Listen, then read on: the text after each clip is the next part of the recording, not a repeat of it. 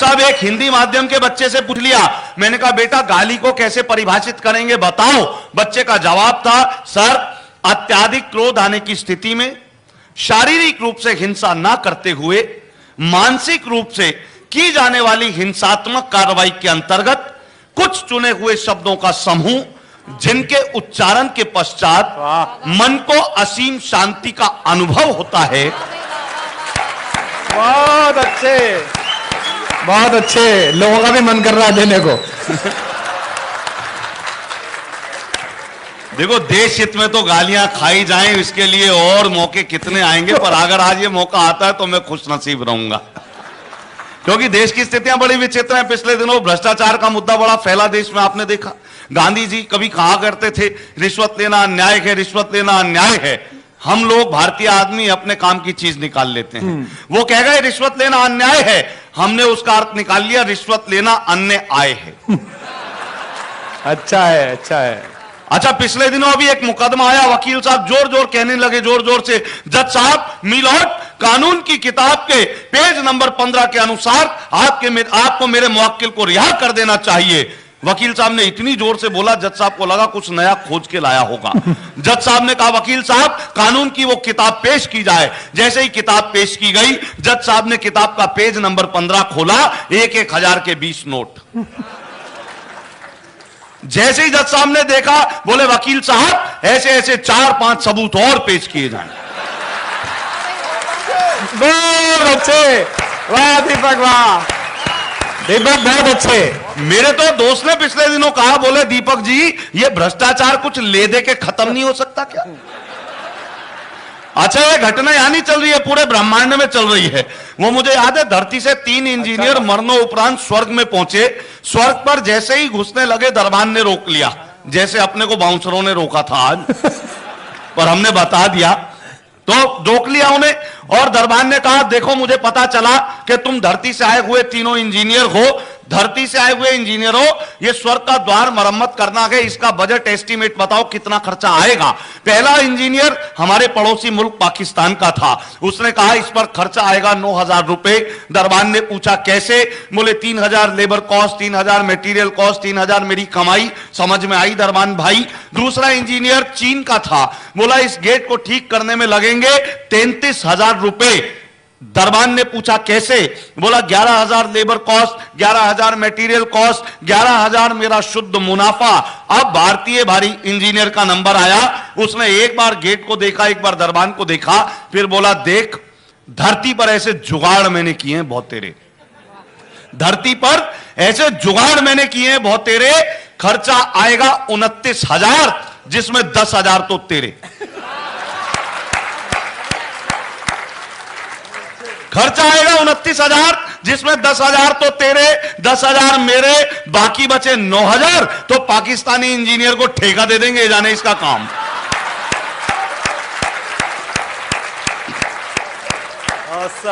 ये सारी स्थितियां, पर आइए समय सीमा का निर्वाह करता हूं कि एक कवि सम्मेलन में मैं कविता सुना रहा था। मैंने देखा अगली पंक्ति में बैठा श्रोता ताली नहीं बजा रहा था। मैंने उससे पूछा क्यों भाई साहब, आपको कविता में मजे नहीं आ रहे, आप ताली नहीं बजा रहे? वो बोला ऐसी बात नहीं कि मैंने कवि सम्मेलन के स्वाद नहीं चखे हैं, पर मैं ताली खुद क्यों बजाऊं, अमीर हूं, ताली बजाने के लिए आदमी रखे हैं। मैंने उससे फिर ये शब्द कहे, आप हंस भी नहीं रहे। वो बोला ऐसी बात नहीं कि मैंने अपने होठ सिल रखे हैं, पर मैं खुद क्यों हंसूं, अमीर हूं, हंसने के लिए भी आदमी रखे हैं। अब वही श्रोता मुझे मिल गया एक दिन बाजार में, लंबी चमचमाती कार में। मैंने कहा भाई साहब बधाई हो, आपने नई कार ली है। बोला मैंने नहीं ली, कल शादी हुई है, ससुराल वालों ने दी है। मैंने कहा फिर तो डबल बधाई, पर ये बताओ भाई आप हनीमून पर नहीं गए? बोला अमीर हूं।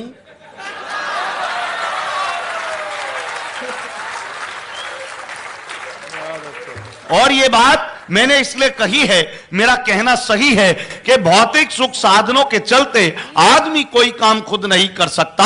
और एक कवि की तो ये हालत है, सुबह यमदूत लेने आए तो बोले आज कवि सम्मेलन है, आज नहीं मर सकता। लेकिन मैं चाहता हूं कि हम सभी अमीर हों, मैं चाहता हूं कि हम सभी अमीर हों, हमारे पास इंसानियत की दौलत हो, नयनों में संवेदना का नीर हो, और यकीन मानिए जिस दिन अमीरी का एक्सप्रेस हाईवे गरीबी की पगडंडी से जुड़ जाएगा, यकीनन इस देश में खुशहाली का संकेत आएगा। बहुत अच्छे, बहुत अच्छे, बहुत अच्छे दीपक, वाह, बहुत अच्छे। और देश में तमाम स्थितियां हुई। अभी तो मुझे याद है, राजघाट के पास से गुजर रहा था मैं पिछले दिनों, 2 बजे की बात रात को, पुलिस वालों ने एक आदमी को पकड़ा हुआ था, उसे पीट रहे थे, वो कमजोर दिल का था। पुलिस वाले पूछ रहे थे, बता तू कौन है, बता तू कौन है। उसने हाथ जोड़े, माई बाप चोर हूं। बोले वो तो ठीक है, पर ये बता है कौन सी पार्टी का। पिछले दिनों एक नेता से पूछ लिया, मैंने कहा अगर कोई आपकी पार्टी छोड़ के किसी दूसरी पार्टी में ज्वाइन कर ले तो आप उसे क्या कहेंगे। बोला ऐसे व्यक्ति को तो गद्दार कहा जाएगा। मैंने कहा अगर कोई दूसरी पार्टी से आपकी पार्टी में आ जाए तो इसे तो हृदय परिवर्तन कहा जाएगा। बहुत सारी स्थितियां हो जाती हैं। अभी पिछले दिनों वो नाम चल रहा था हमारे पीएम का नोबेल पुरस्कार के लिए, तो एक दोस्त ने कहा, बोले अपने पीएम का नाम नोबेल पुरस्कार के लिए चल रहा था लेकिन उन्हें मिला क्यों नहीं। मैंने कहा यार नोबेल पुरस्कार शांति के लिए मिलता, सन्नाटे के लिए नहीं। जिंदाबाद। और देश में इतनी इतनी स्थितियां हो रही हैं साहब, आप देखते हैं, मैं इशारों बात करता हूं। पहले जो हमारे यादव बंधु होते थे मिश्रा जी, वो गाय पालते थे। यादव बंधु गाय पालते थे, गाय दूध देती थी, चारा खाती थी, जो दूध निकलता था उससे मक्खन बनता था, और मनमोहन उस समय मक्खन खाया करते थे। दृश्य परिवर्तन हुआ। अब स्थितियां ये हो गई, यादव बंधु पहली बात तो गाय नहीं पालते, पालने तो गाय को चारा नहीं देते, खुद ही खा लेते। जिंदाबाद। अगली दूध कहां से दे, और दे भी दे, देती नहीं दूध, दूध नहीं देती तो मक्खन नहीं बनता। अब अगला भाई कोयला ना खाए तो क्या खाए। बहुत अच्छे दीपक, बहुत अच्छे। लेकिन यह भी उसका कौशल है कि गाय दूध नहीं देती फिर भी घर में डायरेक्ट राबड़ी लेके आता है। वो इसलिए क्योंकि वो भी आपका भक्त है, आपने ही कुछ गुड़ दिए होंगे।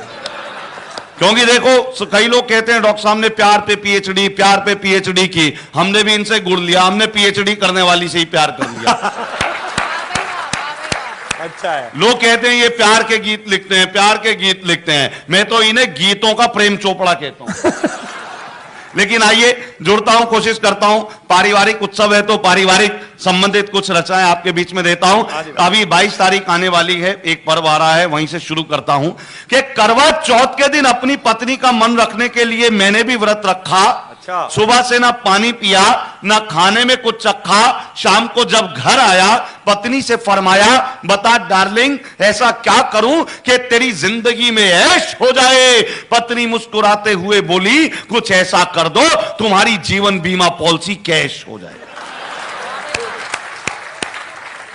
अच्छा, जब कवि को लगा कि उसकी पत्नी के उसके बारे में ये विचार है तो उसने कैसे निपटाया कि एक कवि के घर डाका डालकर जब डकैत जाने लगे तो कवि की आंखों से आंसू आने लगे। उसने जाते हुए डकैतों को बुलाया, आवाज लगाकर बोला ये संदूक भी ले जाओ उठाकर। तभी एक डकैत बोला, यार आदमी अपना सामान खुद लुटवाए इतना तो अक्लमंद नहीं है, सच सच बता इसमें तेरी बीवी तो बंद नहीं है।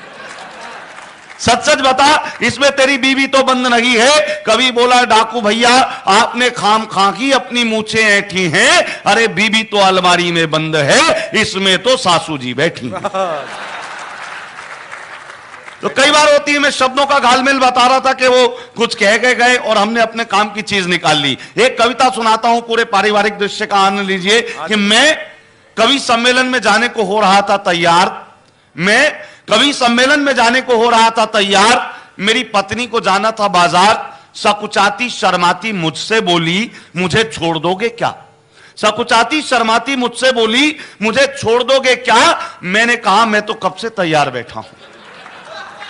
मैंने कहा मैं तो कब से तैयार बैठा हूं, पर 7 फेरे लेने के बाद लाचार बैठा हूं। अब इसमें ना तेरी कोई खता ना मेरी कोई खता, पर तुझे इस बात का नहीं पता कि शादी वाले दिन जब घोड़ी पर होकर सवार मैं पहुंचा मंडप के द्वार, तो तेरे पिताजी ने मेरे हाथ में 2 लाख रुपए देते हुए कहा, बरखुरदार ये मेरी इज्जत तुम्हारे हाथ में है, कहीं जानी नहीं चाहिए। बेटा पैसे हर महीने आते रहेंगे, लड़की मायके नहीं आनी चाहिए।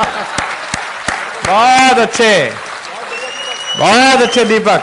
इतना सुनते ही मेरे फेरे तो पड़ गए, पर फेरे पड़ते ही ससुर जी अपनी बात से मुकर गए। पर मुझे इस बात का ना कोई दुख है, ना कोई पछतावा, ना ही मैं पछता रहा हूं, बल्कि आज तक ईमानदारी से अपना धर्म निभा रहा हूं, क्योंकि मैं जानता हूं कि पैसा तो आना जाना है, पर घर में जो लक्ष्मी आई है वही मेरे लिए बहुमूल्य खजाना है, वही मेरे लिए बहुमूल्य खजाना है। और मित्रों, मैं चाहता हूं एक कविता और देता हूं और 2 शेर देकर अपना स्थान लेता हूं। कहता हूं कि एक आदमी ने करके शादी रजिस्टर्ड करा दी। एक आदमी ने करके शादी रजिस्टर्ड करा दी, रजिस्ट्रार ने भी मोहर लगा दी, बदले में उसे एक सर्टिफिकेट मिला। देखते ही खिला, फिर अनायास हो गया उदास, अपना मुंह खोला, रजिस्ट्रार से बोला, साहब ये सर्टिफिकेट तो जाली है। बोला, साहब ये सर्टिफिकेट तो जाली है, क्योंकि इसमें शादी की एक्सपायरी डेट का कॉलम खाली है।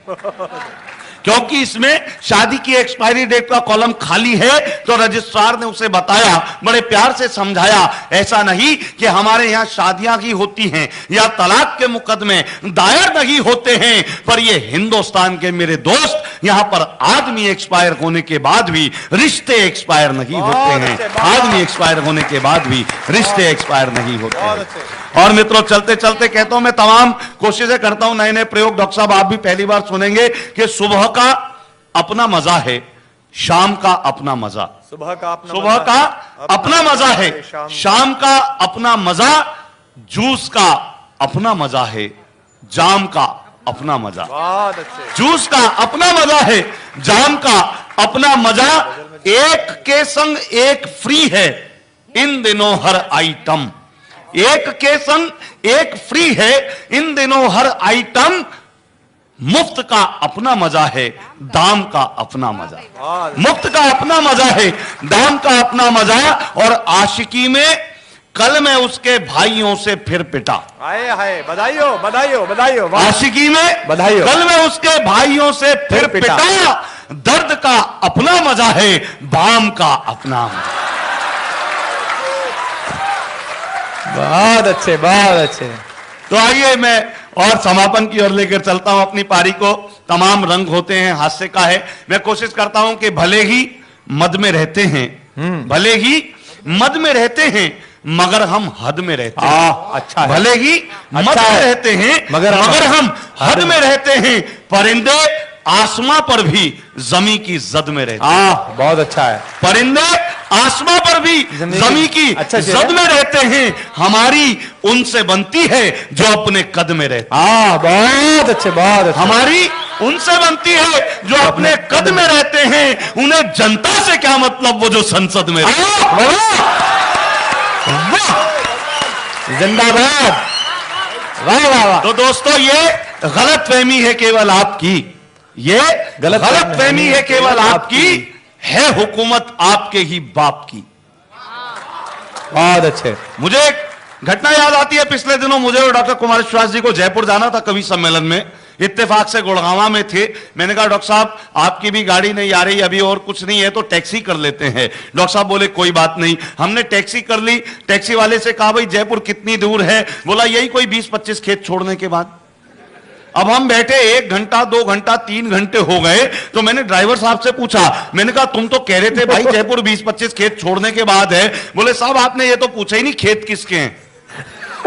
मैंने कहा आप बता दे किसके हैं। बोले दामाद साहब के। बहुत अच्छे। तो ये गलतफहमी है केवल आपकी, ये गलतफहमी है केवल आपकी, है हुकूमत आपके ही बाप की, और जूतियां गिनकर नहीं पड़ती मियां। क्या अनुभव बोला है। वाह। जूतियां गिनकर नहीं पड़ती मियां, छांट लेना तुम भी अपने नाप की। भाई क्या जिया शेर बोला है भाई। वाह। और दोस्तों कहता हूं, आइए चलते चलते फिर 3-4 शेर और आपको देता हूं। कहता हूं कि भले ही सियासत को कम जानते हैं, एक कवि को क्यों आना पड़ा, क्यों स्थितियां झेलनी, क्यों ये उपक्रम करने पर बाध्य होना पड़ा, कि भले ही सियासत को कम जानते हैं मगर उनकी नीयत को हम जानते हैं। भले ही सियासत को कम जानते हैं मगर उनकी नीयत को हम जानते हैं। शराफत का हमको सिला ये मिला है, हमें लोग बस्ती में कम जानते हैं। अच्छा है, अच्छा है। शराफत का हमको सिला ये मिला है, हमें लोग बस्ती में कम जानते हैं। सफर में कहां है नहीं जानते हम, सफर में कहां है नहीं जानते हम, कहां पर है मंजिल कदम जानते, बहुत अच्छे, बहुत अच्छे। कहां पर है मंजिल कदम जानते हैं। और रहे 7 वर्षों पर एक दूसरे को न वो जानते हैं न हम जानते हैं, न वो जानते हैं। और चलते चलते कहता हूं मित्रों के नहीं मालूम ये मुझको कि मेरी इज्जत कहां तक है, नहीं मालूम। इज्जत कहते हैं दोस्तों पहुंच को, लिमिटेशंस को, दायरे को। नहीं मालूम ये मुझको कि मेरी इज्जत कहां तक है, ये मेरे शेर बोलेंगे कि ये आमद कहां तक है। नहीं मालूम यह मुझको कि मेरी इज्जत कहां तक है, ये मेरे शेर बोलेंगे कि यह आमद कहां तक है। न दौलत से ही तय होगा न शोहरत से ही तय होगा, तेरा किरदार बोलेगा कि तेरा कद कहां तक। बहुत अच्छे, बहुत अच्छे। न दौलत से ही तय होगा न शोहरत से ही तय होगा, तेरा किरदार बोलेगा कि तेरा कद कहां तक है। और आज का अपना बेहतरीन शेर नई पीढ़ी की तरफ से पुरानी पीढ़ी को देना चाहता हूं।